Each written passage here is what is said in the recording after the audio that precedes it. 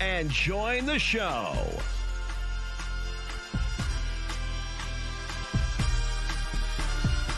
Welcome to NBNR Live.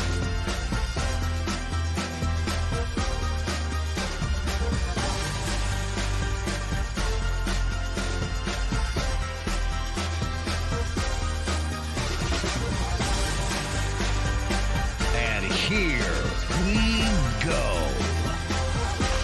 It's no block, no rock.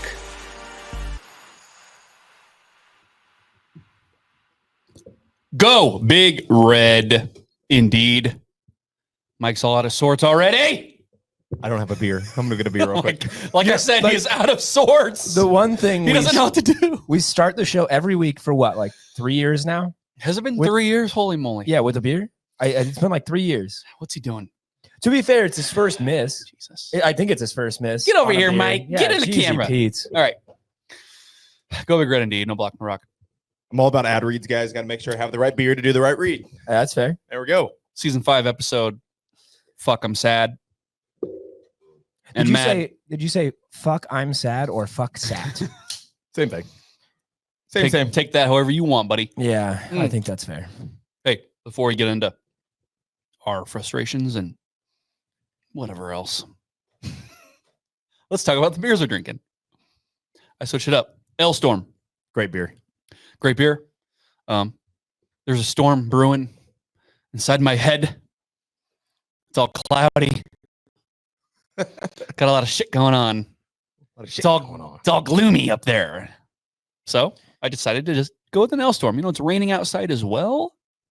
I just thought it was perfect. And switch it up. This team needs to get off the schneid. So I'm drinking a ale storm. Mike? Well, I ran over and grabbed one out of the fridge. I'm sad. I wish Kyle had his sign from a couple of years ago. We came in the brewery and he just had a sign that said, I'm sad. It was taped to his chest. Yeah. Yes. Yes. That's how I feel today. So I got a beer that makes me not as sad.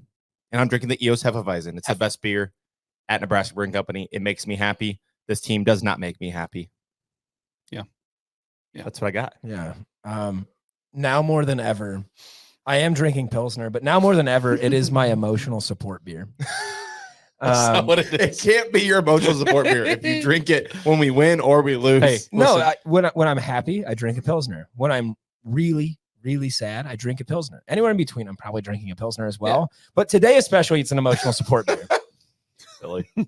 KB, Kyle Byers. I'm drinking. I had a EOS already because I think this is going to be one of those heavy flow episodes. Because yeah, it's bad. But if you'll excuse me, Don Bacon for Congress is leaving me a voicemail. So I'm gonna just silence that quick. One more day. One more. Last day. Hey, can we cheers to that, guys? Yeah. Yeah. Let's all raise our glasses. If you're in the live chat, raise whatever you got in front of you for the end of the political nonsense. Don Bacon, just so you know, that email that you're leaving Kyle, it's definitely going to work. Good job, buddy. Yeah. Good job. You're It's gonna- definitely going to, and he was probably going to vote for you anyways. I've I don't always, know. I said today that I think I'm basing my ballot tomorrow on who the last person to text me is. Yeah, that's Like that's what it is. The last person I'm like walking in, the last person to text me gets my vote. I'm more of like a breakfast sausage guy, so I don't know about the bacon thing. We'll see. Not the Don. Yeah, never Well- had Don bacon before. Well, hey, do we plug these guys now? yeah, let's just do it. Let's elephant in the room. Hey, start with Jared. He's not wearing his shirt. Yeah, Jared's too You know good why? for us. You know why? Because I'm not a sheep like y'all. But Hey, shout out to we'reback.co. look at that. Make sure you guys go follow them on social media. Go to their website, we'reback.co. I know it's really timing-wise not the greatest, coming off of an L to UCLA, but they have sweet merch to make you remember the good old days. Kyle's rocking the We're Back with the TO. I'm rocking the We're Back with the TO, the nice shirt with all the natties that we used to win back in the day in the 90s. Hey, I got touchdown Tommy over And he's here. got the GOAT touchdown Tommy Look at Frazier. Tommy. Yeah. If you are in the market for some retro throwback type Husker gear, make sure you guys go to wereback.co and check it out. Order some stuff. I think right when you get on the website, you can get 20% off. Get some stuff. Let us know if you guys order it. Take pictures, tag them in it. Shout out to them for sending us some merch. Yeah, dude, I'm not gonna lie. I think it was my first comment after I put the shirt on. Is it's wildly comfortable. Yeah, too. very comfortable, and it's the designs are awesome. Yeah. And on the inside, On the inside. yeah. Don't forget about the inside. Can the camera see you? Probably not, but you can read You it. can kind of see it. It says eternal optimism, questionable results. And that's exactly what we're going to talk about today. The eternal optimism and questionable results. Yeah, you have a name like We're Back, but then you still have to throw in that little caveat. Yeah. Are we though? Are we? I think there's a reason why you're calling yourself We're Back, because we're not back yet. I mean, how many? It sounds like you're trying to convince yourself that we're back when you know damn well that we are not back. But Jared- they even have shirts that say like Fire Satterfield, which we'll get into. Jesus Christ. So, like, you go check out their website. They've got plenty of stuff, kegs and eggs and football, a bunch of things. So, great guys that do it. They sent us a care package. We appreciate them. What do you got? I was going to mention, Jared, how many times this week have you mentioned Sisyphus rolling that boulder up the hill? Every year we're back. Yep, we are Sisyphus. Not. Wrong. All right, Nebraska Brewing Company, and we're back. But NBC, world class In every glass. All right, so we said coming in this month, this was hopefully going to be a November to remember. Coming off of the Ohio State moral victory, we wanted to wait until the UCLA game, see how that played out before we came to any grand conclusions or anything. And we were hoping that this would be a launching pad game. And no, I'm not going to do the Challenger disaster again. I did that yesterday. I'm not going to mention the Challenger disaster again. In wild detail, I might mention. My reference today is just going to be like, you've all seen that GIF of an NBA halftime where the larger fat fan jumps off the trampoline and then he goes like 2 feet and then he just lands on the pad. It's a launching pad. Like that was our we're the fat guy on the trampoline that went 2 feet. Yeah. Because I think Nebraska was, I don't know, maybe they saw those beautiful UCLA uniforms. They are clean. You know, I'm going to give them that. They are beautiful. Like, yeah. we can at least say that. Yeah, right? we can say that. Yeah. So I think, I don't know, maybe, they saw those uniforms and they're just like, whoa. I think you're wrong though, Jared, because even in that GIF, when he gets on the launching pad, he at least moves a little bit forward. We moved backwards. Woo! So You ain't wrong. I want to reference, I think it's like a 2000s movie. I want to say it's Owen Wilson. Somebody in the comments is going to give me shit. I think it's an Owen Wilson movie called Failure to Launch. And I'm doing a verbal meme here. You're just going to have to imagine this. Oh, it's Vince Vaughn. I just want, because I think they're standing back to back on the cover. With this supposed to be a launch pad game, I want that movie cover photoshopped with Satterfield and Rule on the cover. Ooh. Failure to launch. Ooh. failure to launch. Yeah. And we actually have a comment from the BA Coaches Show, Hey. $4.99 Shout from the out, boy. Coach Appreciate BA. you. Love you. He says, let's change the name of this show from NBNR to No Block, Get Off the Fucking Field and see if that helps. Shit. No block. Get off the fucking NB. I don't think GOF. yeah, it doesn't roll off the tongue, but I do get the sentiment. Gosh. God, the more I think about this game, the angrier I get. I just it's hard to accept. You've got a handful of guys that come back for like their 10th year. Their 10th year.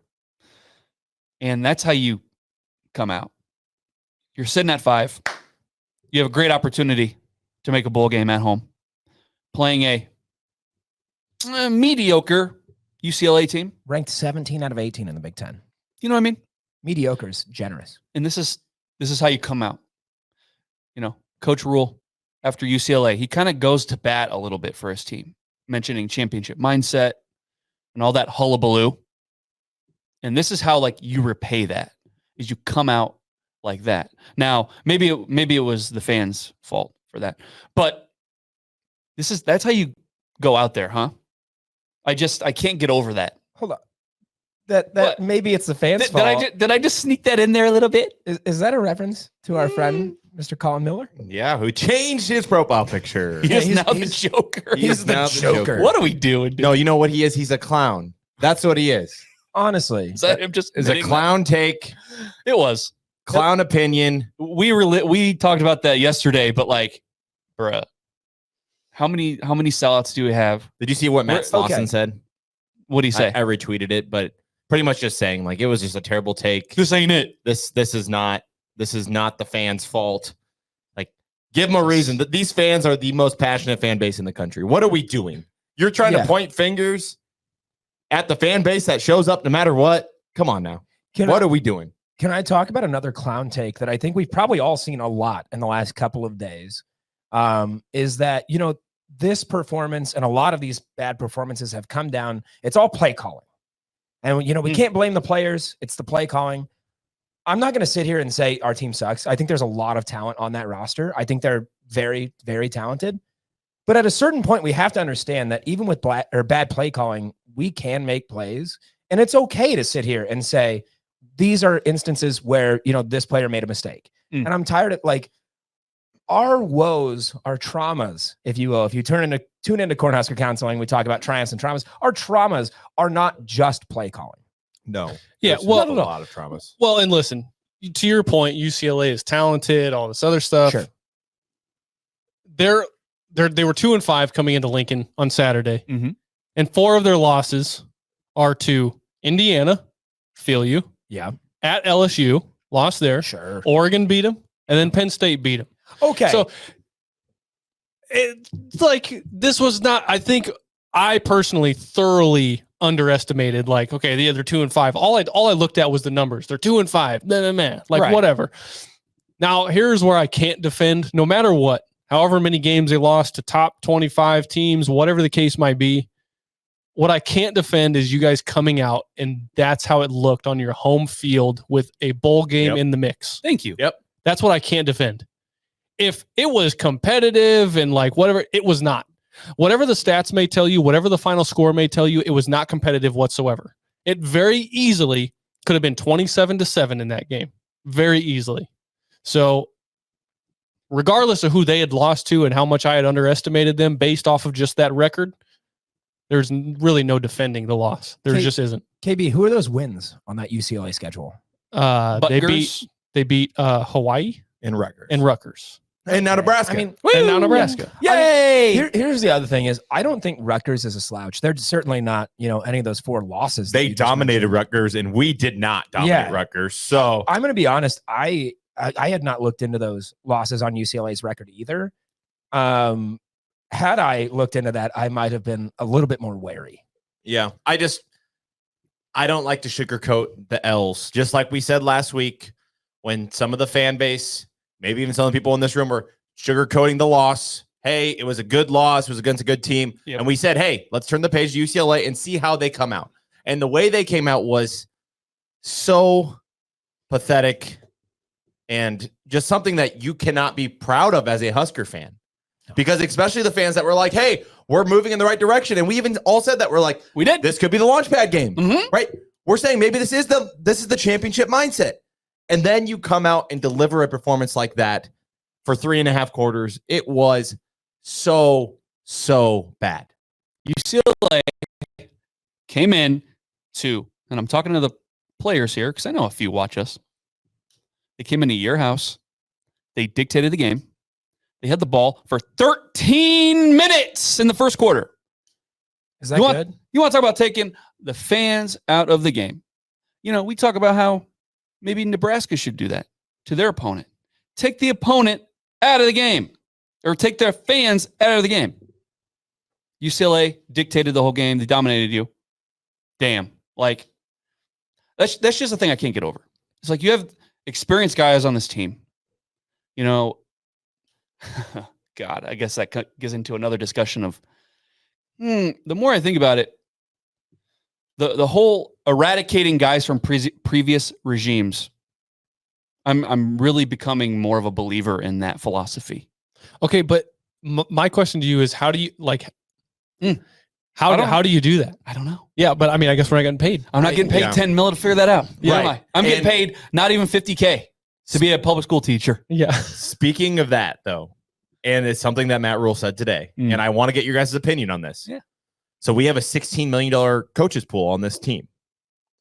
And Matt Rule today in his press conference said that he is going to have some people that he knows and trusts, give them some outside eyes to come in here and kind of look at what's going on with the program to get some advice. I want to ask you guys what your opinion is on that. Do you like it? How do you feel about Matt Rule bringing in a fresh set of eyes to kind of look at what's going on with the program with 3 games left to play? Well, there's a good question in the chat right now from BA. It's a super chat for another $40.99. Appreciate you. Says, the question I can't figure out for the life of me, if we are not making changes to play calling, what are we actually going to do to fix this? And this was Matt Rule supplying that answer in his press conference today. He recognizes there's a problem, and now he is giving you the solution that he thinks is going to help. So I'll go back to the question. And I will say, he did not rule out that Satterfield might not be calling plays. Like, people are making a big deal about Matt Rule's just pretty much saying that Sat's not calling plays, but he also did not rule that out. He said he's going to look at it. He's going to look at everything they've got going on in-house. Everything's on the table. Everything's on the table. So it's not the answer that us Husker fans wanted to hear, where we wanted to say, yeah, I think Glenn Thomas is going to be calling the plays moving forward. He didn't say that, but he also didn't rule it out. So I don't want to like totally shit on him and be like, yeah, like he's not going to make a change, because he really might do that. I think he probably will do it. So what I find interesting about, bringing in the outside eyes, right, as it is I'm going to go with an easy number of what's called 1 million Husker fans total. There are 2 million eyes on this already, and we're amateurs. Like, we're not getting paid to do this. And those 2 million eyes are showing, hey, Marcus Satterfield might be an issue. So like, what I don't understand the confusion that, like, Glenn Thomas can do this. I'm not concerned about that. I think we talked about this maybe yesterday on counseling, is Satterfield not necessarily being fired mid-season, but transitioning him and letting Thomas take over that play calling. I don't want Glenn Thomas being our play caller next year either, though. This is a Band-Aid fix. Band-Aid to maybe get us to 6 wins. Yeah. In the chat, this is Mike and I had a conversation before we went live, and a question from Ken from the Gen Red podcast is in here. He says, Ken. Why does a $7 million coach need to pay an outside set of eyes to come in and figure out WTF, what the fuck is wrong with this $1.4 million OC with a 99th ranked offense? And what I'll tell you is, Ken, as a video award winner at the No Block, No Rock Nebraska podcast award show, shout out, you will understand, as well as I do, that after spending 8 hours on a simple video where I've got text and dates and end screens and all sorts of stuff, the likelihood that I have screwed something up with that text or those dates are pretty high, because I've looked at it 800 times in the span of 8 hours. So if I'm looking at Matt Rule and he is watching every single snap from every game, every practice, scouting every team that they play, every play that they have against other opponents, I'm sure that they are so in the thick of it. They're so in the weeds, and that's all their focus is day to day. Maybe they're missing something. What is the answer? Yeah, I totally agree with this. And Kyle and I talked about this before we went live. People are making a big deal about it. Yeah, they've got a big salary pool, this and that, right?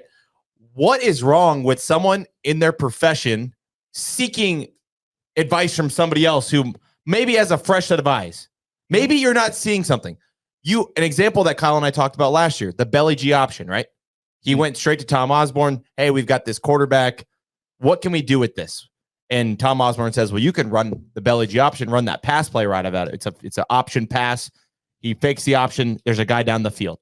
And it's one of those things. He's seeking advice from coaches already. He just publicly told you that he's going to ask somebody, a guy who's been in the NFL, who has a large connection and a large, we'll say, pool of people that he communicates with, to come in and maybe to see what the hell's going on. I'm all for it. I would be concerned if you were struggling this bad to recognize, like, maybe he just wants confirmation. Like, sure, yeah, you probably should get rid of Satterfield. Like, it's just not working out. He's not doing the right things. He's not calling the right things in certain situations. It would be concerning to me if he just said, no, I know it all. I know it all. Like a I'm previous just gonna- coach. Like yeah. I guarantee you, if you were to talk to former head coach Scott Bleep and say, "Hey, got all these issues going on. What do you think we should do?" He's like, "I'll figure it out. I got this. I got this." So Jared, Well, I was just gonna say, we talked about our Timmer rating yesterday. I'm still hovering at like a 2, and so that is going to greatly cloud my opinion on this because my eyes do not deceive me. I see what I am seeing. Sure, there's a part of me that's like, cool, you're trying to get some other opinions, sure, but the fact that you have to resort to that makes me just kind of solidifies my skepticism about this staff working out. So my question here is, do you guys see this as in any way a winning situation for Coach Rule? Because if you go one route and you fire Satterfield, a guy that you were very high on coming in, and you have to get, like, let's say he gets rid of him midseason. I mean, that creates a lot of talk around the team. Like, how is the team going to react? There's already talk. there's already talk. No, for sure. And Rule even But- said that. But so let's Today. say you don't fire him, Right. or you don't change who's calling these plays. That creates more chaos. I don't think there is a win in this situation right now. Unfortunately, he's just going to have to determine which loss he's more willing to take. Right. Well, and that's why Matt Rule today, and then this is another thing I want to get your guys' opinion on, is Matt Rule openly called up the players and said, at some point, you've got to execute. Every play, there is a possible outcome of you making positive gains on a play, making a touchdown, doing the right thing. And when you're making so many errors on so many plays in a game, it costs you games like against UCLA. I personally, I'm on the same boat with him. I think that the players, they need to step up their play. Dylan Raiola, he needs to step up his play. The offensive line, they need to step up their play. You know, it's very interesting because, and maybe I'm making too much out of it. And these are press conferences where, like, it's not like this where you can, like, actually kind of sit here and, all right, I'm like thinking through my thoughts and I can really take my time because that's what I'm doing right now. I'm talking through my thoughts and I don't have, 30 press people going like this. God, that is so fucking annoying, by the way.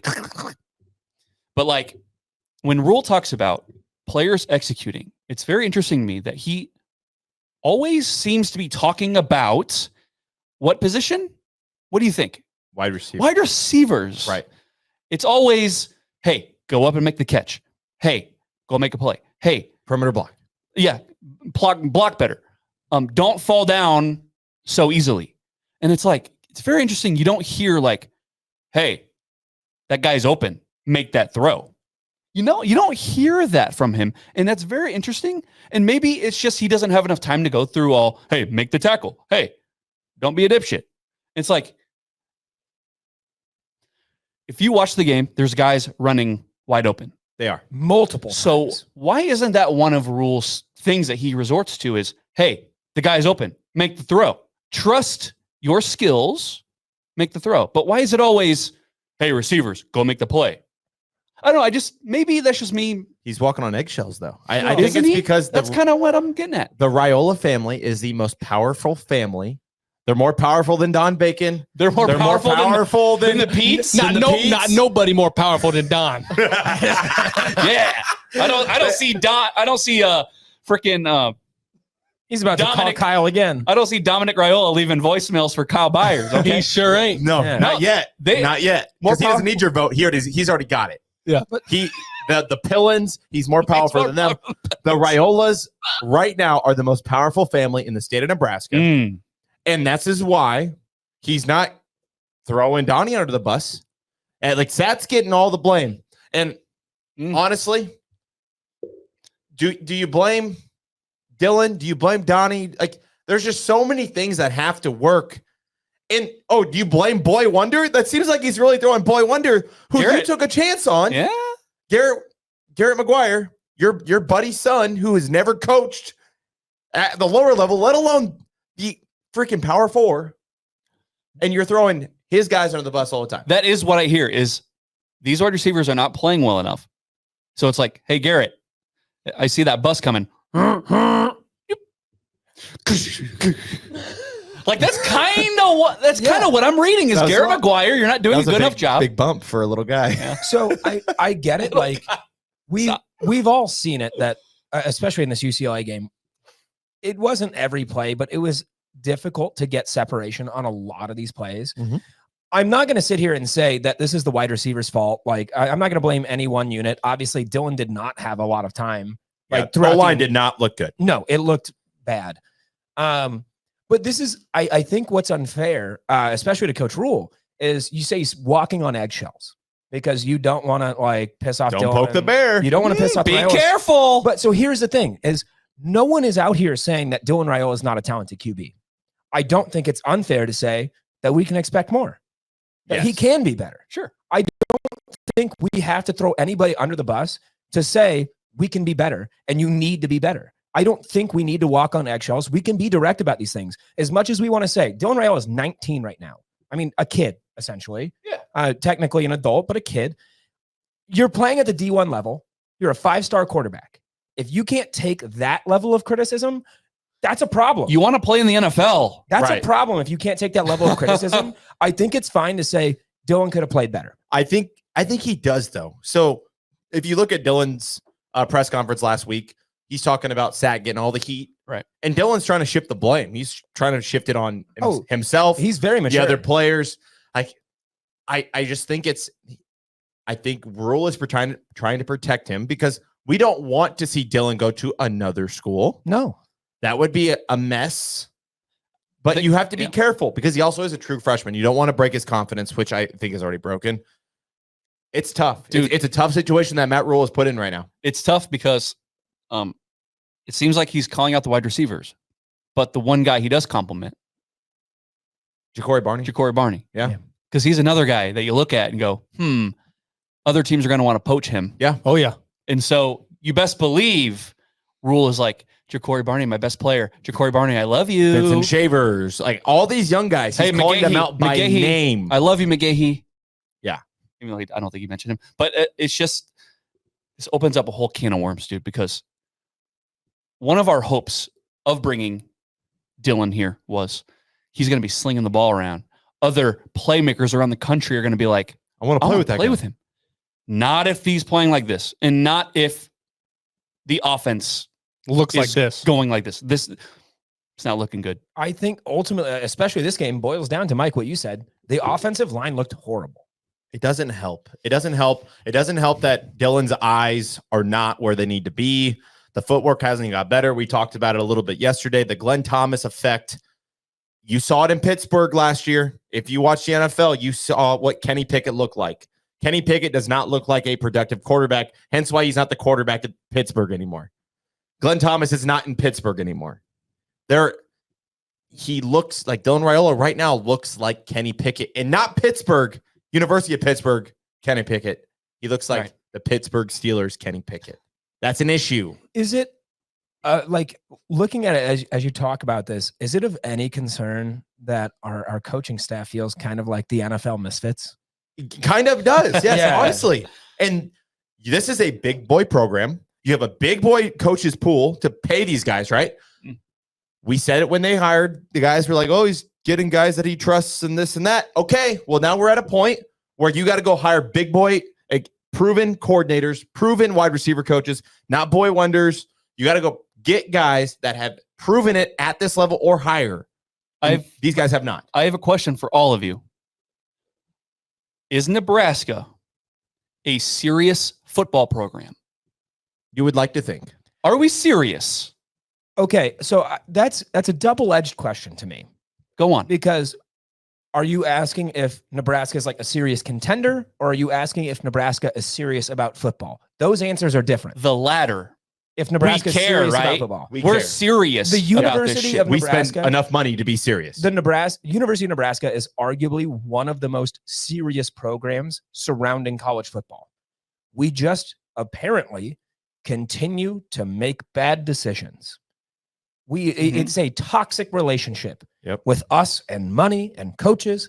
It is toxic because we have the resources to do the right things, and every time we seem to talk ourselves in like this is the right one. Like we're finally going to get back to being a serious program in the sense that we're a contender. We might, in 2 to 3 years, with that simmer, as we called it yesterday, we might get back to being, in the discussion for a Big Ten title. Mm-hmm. And we don't. So Nebraska is serious about football. Football does not consider Nebraska serious. My question is, when was the last time you had a name brand coach here? We haven't. Scott Frost, maybe. Maybe. Maybe the AP Coach of the Year. Coach of the Year. But then he brought in a Pee Wee staff. Yep. Like that's the issue. The last 3 hires, every single one has brought in guys that they know, and which is normal for coaching. I will say it's not like it's out of the realm to hire guys that you know and you're comfortable with. But we have not had a Brett Venables type guy, like a big name hire, a big name Chip guy. Kelly. Chip Kelly left his head coaching job to be an OC at Ohio State. Yeah. What does that tell you about college football right now? You need to go get yourself a proven play caller. Go get somebody from the freaking Shanahan tree. Seriously, they're all over the place, and they're just making waves in the NFL. Go get somebody who knows how to call an offense in 2024. What do we talk about with Nebraska football all the time? We've got money. We're not in debt. We don't need the government to come give us money. We don't need any of that. We've got the best resources. Any coach would want to come here and use these resources. Or NIL is great. And then, Kyle, what do we do with those resources? We hire up and coming coaches. Yeah. Jack shit is what we do. We're making like G5 program decisions with a P5 budget. Seriously. Yeah. We are making hires that like Fresno State would make, where they hire a guy that is like a recycled coach, rebuild like a Rich Rod or something. And we're going to take a chance on a up and coming guy to be on staff. And this is where they make their mark to maybe go to the next level. But we're doing that at this level. Mike, that's an issue. I love that you bring that up, because my whole thing about is like, if you base your program around like, we're going to get the up and coming guys, they're going to be, really great. They just haven't been seen yet. In 3 years, what are they going to do? They're going to go back down where they belong. Or if they're really good and we were right and they are up and coming, they're gone. Right. We need to go get a guy like a Chip Kelly that's going to be here. Like, I'm not saying Matt Rule is not the guy. I want to be very clear. I'm not over here saying that we need to fire Matt Rule. Yeah, you're not me. Yeah. I think all reasonable Nebraska fans, I think there are dozens of us, are not out here calling for Matt Rule's head. But getting these guys that are established, I mean, it's the whole reason Rule's contract got restructured to be an 8-year contract. Right. Is Rule wants to be here long term. Go get those guys. Yeah. I don't want an up and coming. Be proven. Let's pay them. Now, listen. We entered Matt Rule's tenure at Nebraska knowing damn well that he has a record of rebuilding with his program, his way of doing things. Mm-hmm. And realistically, we haven't questioned anything until a weird 2-5 UCLA team comes in. You lose to Ohio State, you get blown out by Indiana, which seems to just be this crazy anomaly in college football. I don't know that I'm qualified to sit here and question the rebuilding and however Matt Rule has done this at the other 2 programs before he got here. I don't know that I'm qualified to question that. Like, is this coach qualified to do this? Is this coach qualified to do this? All I can tell you is that right now, what you are seeing on Saturdays, which is the only day that matters in the entire season. Indeed. The only day. Saturdays are number 1 around here. Occasionally Thursday. And Friday. Yeah. Whatever. Yeah, whatever. One Friday. A few days, but Saturday's number 1. Those are the only days that matter. And on those days in year 2, it looks like we are just getting worse. So I don't know what to take from that. But what I do know is that as Husker fans, we are qualified to question that. Yes. Listen, I think it's very important for how many people are watching? We've got 64 right now. Everyone's too sad. Seriously, I was going to make the point that like Nebraska suffers, we suffer. Jesus. Usually we're rocking anywhere from 120 to 200 and everybody's a little sad. Well, the point I want to make to those 64 people is we bill ourselves as the non-Kool-Aid drinkers. That doesn't mean that like whenever we hire a coach, that like we are automatically negative towards them. If anything, when he was first hired, all of our Timmer ratings are at 10. Yes. Right? At least. So like I don't want to give off the impression that whenever we hire a coach, we are automatically questioning them right away. It's all right, they're hired. Let's give them a chance. Let's trust them until they give us evidence and reason to not trust. So I just think it's very important that we make that distinction is, although we are anti-Kool-Aid, we give coaches a chance. We give Garrett McGuire a chance. Now, do we maybe have like little questions? Like, oh, he's like 18 years old? I'm never exaggerating. at this level. Yeah. I mean, he did coach in the NFL. So. Yeah. Again, some people might question that why was he there in the first place? I would agree with that's a fair question. Born on third base type situation with him where he's actually never been the guy. Like he's never led a wide receiver room before. And he's doing it here at this level. Yeah. And so like, again, hire Garrett McGuire. All right. I'll trust you. You know, you have the quote about the Pop-Tarts and the honey buns. Ha ha ha. We haven't played a game yet, so I'm laughing. Okay. Because I trust you. And like EJ Barthel, I don't really know how good you are as a coach. So I'm not going to sit here and go, you suck automatically. No, it's all right. Let's see what they can do with this room. UConn was okay, right? Yeah. UConn, yeah, they probably put up pretty good numbers, right? Again, we always give coaches a chance until we get evidence. And that's why after seeing what I see and hearing about outside voices, I'll be the only one out of us four to just not think it's going to work. It's okay. I'll take all the heat. I'm not ready for that after one. I hear one you. and a half. And look, I'm not saying to fire. I'm not saying to fire. I'm just saying you don't think it's going to work. It's not going to work. That's me. You're talking about Matt Rule. I'm talking about Matt Rule. I'm talking about Matt Rule. That's what I'm talking about. I know you think that is rash and very quick. And I somewhat agree, but that's just how I feel. Okay. I want to Don't- ask you very genuinely. Don't downplay my feelings. No, that's okay. This isn't counseling, but we'll get to that, in 2 weeks. With the former head coach, Scott Bleep. Thank you. How long did you give that before you started having these thoughts? I guarantee you it wasn't before the end of season 2. Yeah, it kind of was. Like we started this thing pretty quick. at 2. Yeah, I mean, we started this thing in 2020 and we said this ain't going to work. And the rest of the fan base was like, you guys are dumb. And guess what? I hate to say it, It was but pretty. I mean, look, and I'm not saying that to brag. I'm not saying that to be like, oh, I was out ahead of you. But before the I'm end of just season sick of 2. I'm just sick of people trying to say, no, you're an idiot. You're just negative. No, I trust my eyes.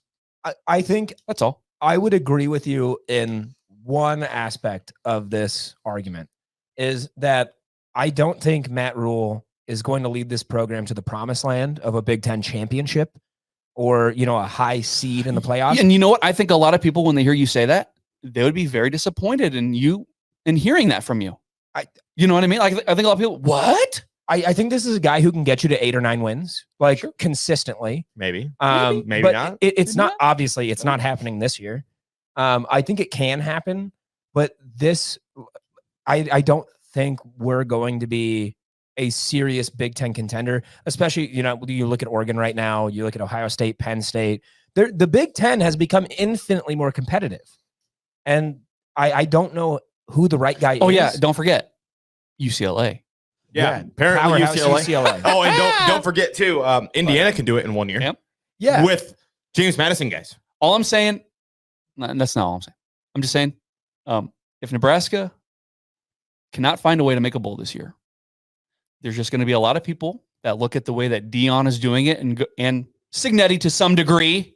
He's not. Although not as drastic as Dion, but people are going to look at the Dion method and go, there's something to it. And they're going to look at the way that Rule has tried to do it and go, that's not the way. That's if they don't make a bowl. Yeah. Well, they've got 3 chances. And I think And not just that, like 10 chances. Well, yeah. Yeah. Right after like Last year where they went 0 for 4. And now this year we are what? Gonna go 0 for 5. I swear to God, if we go over 5. Look, I'm telling you, it's possible. It's possible. it is very possible. It's that, also- that Matt Rule is 0-9 in bowl game clinching games. Our and Owen whatever in November. So I don't know if you guys have looked into the odds on the 3 games we have left. But our best odds right now are against Wisconsin. Yep. Where we have a 40% chance to win. And what's frustrating is looking at early in the season, I know I'm getting way ahead of ourselves because it's the last game of the regular season, is Iowa. And we looked at Cade McNamara and I was like, oh, we're so fine. We can take down Iowa. Even if it's in Iowa City, it doesn't matter to me. And now they've got, what is it, Ryan Sullivan? Is that his name? Brendan Sullivan. Sullivan. Yeah. And the kid can sling the ball. And run. I didn't think Iowa was supposed to be, and throw blocks, by the way. Fucking Caleb. Yeah. Oh my God. I didn't think Iowa was supposed to have QBs who could do that. But Iowa has now become, in my opinion, arguably our biggest threat on the last down the Oh, stretch. for sure. Yeah. Oh, for sure. Most definitely. Oh. But I will say the common denominator by all the teams that have beaten us is they all run RPO. That is like, you want to talk about the thorn in our side, is the RPO game has given this defense fits where they haven't been dominant. And they haven't even been bad. They just haven't been dominant. I guess Indiana, they were bad. But the RPO factor, and that's what UCLA did too. Iowa does not run RPO, and I don't want to talk about Iowa because I don't think that's necessary right now. I think we need to worry about USC and then worry about the bye and everything else. Mm-hmm. But USC is going to run RPO. Wisconsin might run RPO on you. And then Iowa, I don't think they're going to run RPO. They've got a mobile quarterback, and he's going to make plays, but they're just going to hand the ball off, and hey, they're going to see if those Frost guys can figure it out. What I am excited, not excited actually. You're ecstatic. No. That's sad. No. That we're not ecstatic. So we talked about going into Ohio State week. What was the mantra we had around here? Let's get Ryan Day fired. Yeah. Let's get Lincoln Riley fired. We can get Lincoln Riley fired. That fan base already hates him. We can put a nail in a coffin this year. Yeah. Yeah, well, and we've had 7 chances this point to put a nail in a bowl game. Yeah, and haven't done it. Not done it. Are we going to get into USC tonight, or do we wait? What do you think? I think we wait on USC. Yeah? We got a bye week episode next week. I think that's where we deep dive that. I mean, we're 43 minutes in, so Okay, we haven't talked about the defense. Another thing, just watching the game versus UCLA, it's just, why is it that Ethan Heisman, Garbers, 3-step drop, there's a dude 6 yards down the field, wide open. 3-step drop, 4 yards, open, yards after catch. So easy. Just so easy. Why? Why is everything so easy? That's my number one question. And I'll tell you, I filmed on Saturday. I filmed every single play from the field. And if you recall the last drive, Heinrich Harburg pump fakes and runs out. And he got, a 3-yard loss. And I filmed it. And today I was going through renaming all my footage just for cataloging purposes. And so I have to watch every single clip that I took. I'm sorry. And on that play specifically, every single one of your wide receivers is going out. There's not a single person going in. So when Heinrich or Dylan rolls out, there's nobody following him to help him out. Hey, somebody needs to make themselves, hey, here I am. Everybody's going out to the sidelines, or somebody's streaking down the field. It's just there's no help. And that's always been my question, is why can Aiden O'Connell come in with Purdue and dink and dunk us for however many minutes in a game and just tear you apart with 4-yard passes? That was their entire game plan. And it seems like every team that we play, their entire game plan is just, hey, we're just going to throw little 6-yard passes. Body blows. Or we're just going to scramble for 4 yards. It's just over and over and over again. Our 5-star quarterback and then our wide receivers that we just can't come up with a plan just to go out and just get open quick, get 6 yards and be done with it. It's just, first of all, it seems like whenever you look at an opponent quarterback's stats, they're always 20 for 22. Jesus. just simple, easy throws. And go on. Connor. So it's one thing, and I am in no way comparing Tom Brady to anything Nebraska. But Tom Brady, for the longest time, was referred to as Sis Tom, right? You know, they're always running Sis Tom. 6-7 yard slants all the time. But the one thing that in a very long time Nebraska has not embraced is the offensive philosophy of death by 1,000 cuts. Mm-hmm. Those 5-6 yard slants will win you games. They will. It's not the sexiest thing in the world. But you know what I don't care about? Yeah. I don't care about being a sexy team. I care about making a bowl game. I care about winning games that we should win. Death by 1,000 cuts. We need to embrace that. This team, this offense has 3 different plays. You ready? Boom, bust, or Pass interference. Turnover. 4 different plays. The third one I was gonna say is a cute trick play that goes for 9 yards. Yeah. Oh my God. Boom, bust, cute. Boom, bust, or Razzle dazzle bullshit's what I call razzle it. but dazzle bullshit. Yeah. Have they done that like the 4 throwback pass to woo! And it's, dude, and like, okay, Every time it doesn't look good. every play that this fucking offense runs is so slow. Like the misdirection. Every time. I've watched misdirections my whole life.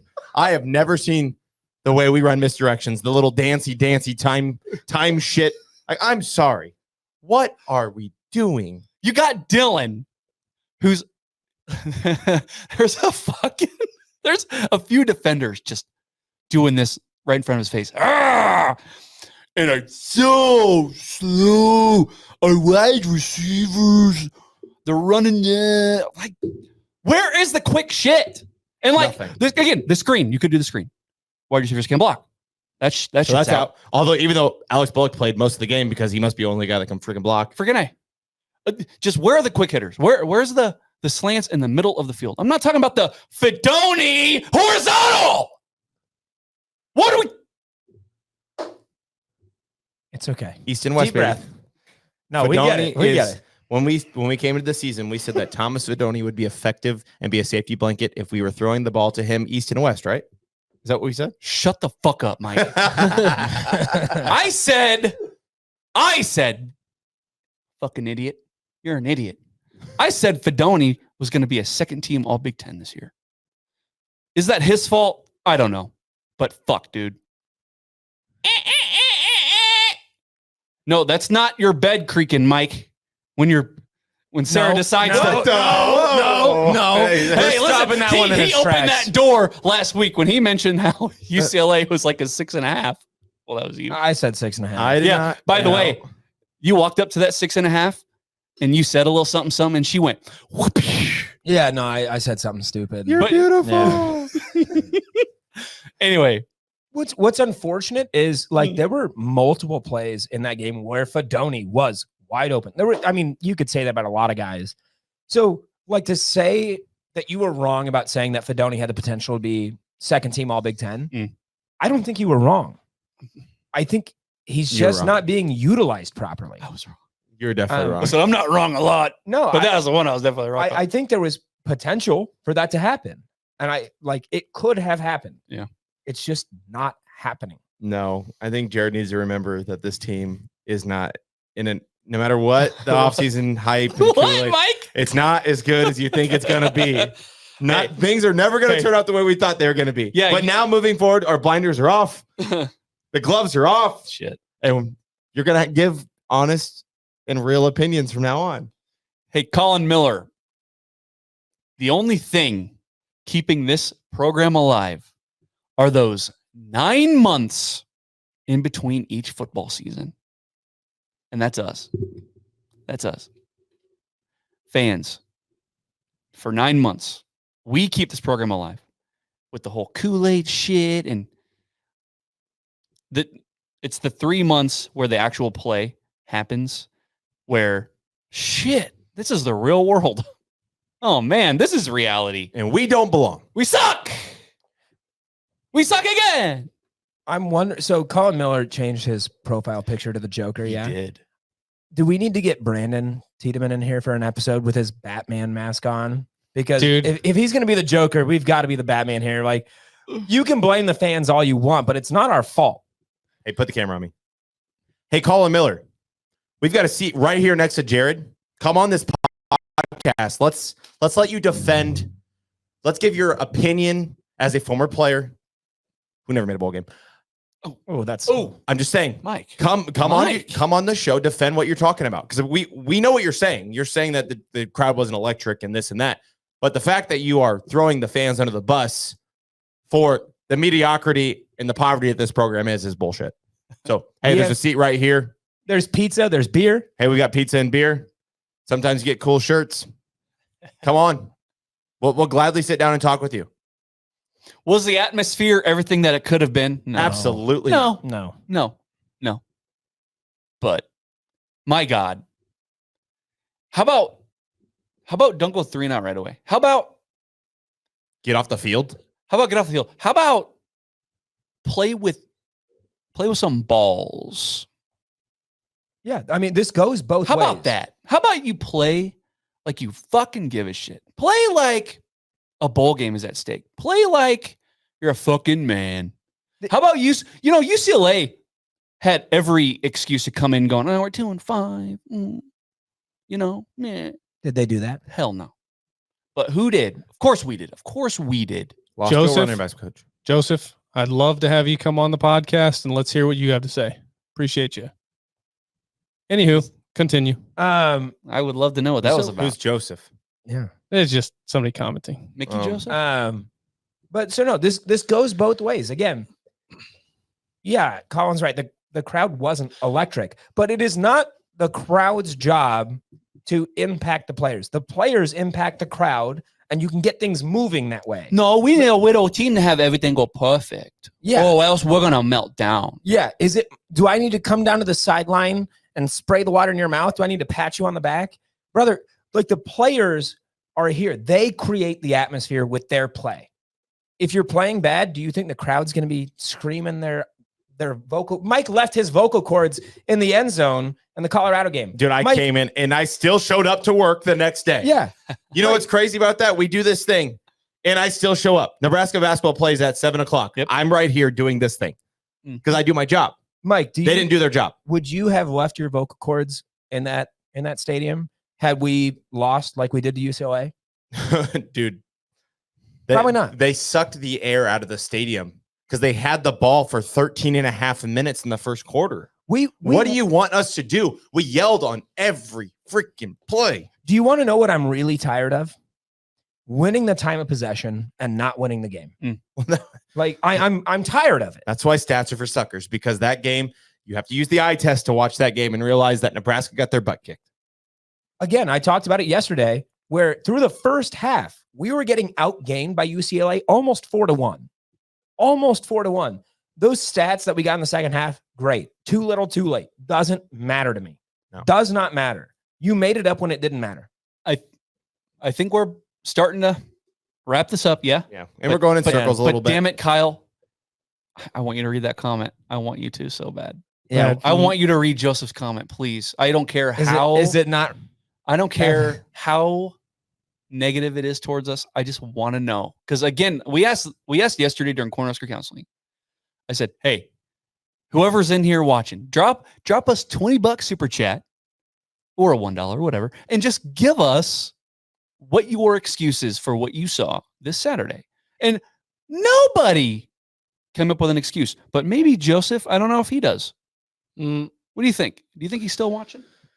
Yeah, he is. What's up, Joseph? What did you say? Says need more bitching and moaning, and then it's Monday, still throwing tantrums, and then and we get a whole week December on it, and dude. then Husker wrestling, and then love it, and then keep saying we suck is old news. Says y'all don't want to talk. Sounds like you want to bitch and moan some more. Let's roll. I live in Omaha. I'll join you. That's when Mike's over. He says y'all's making too much of one former player. We're all tired of losing games. It just It sounds It's like a just long one. The old captain Here's obvious. what was his name? Joseph. Joseph. Here's the thing. This is what we do here. Yeah. You are watching us, dumbass. Yeah. This is what we do. Why here. don't you have a family or something? It's literally in our bio that you can drink your Kool-Aid Mhm. and we're going to be the chaser. We're not here to just be positive for no reason. When this team gives us a reason to be positive, we are.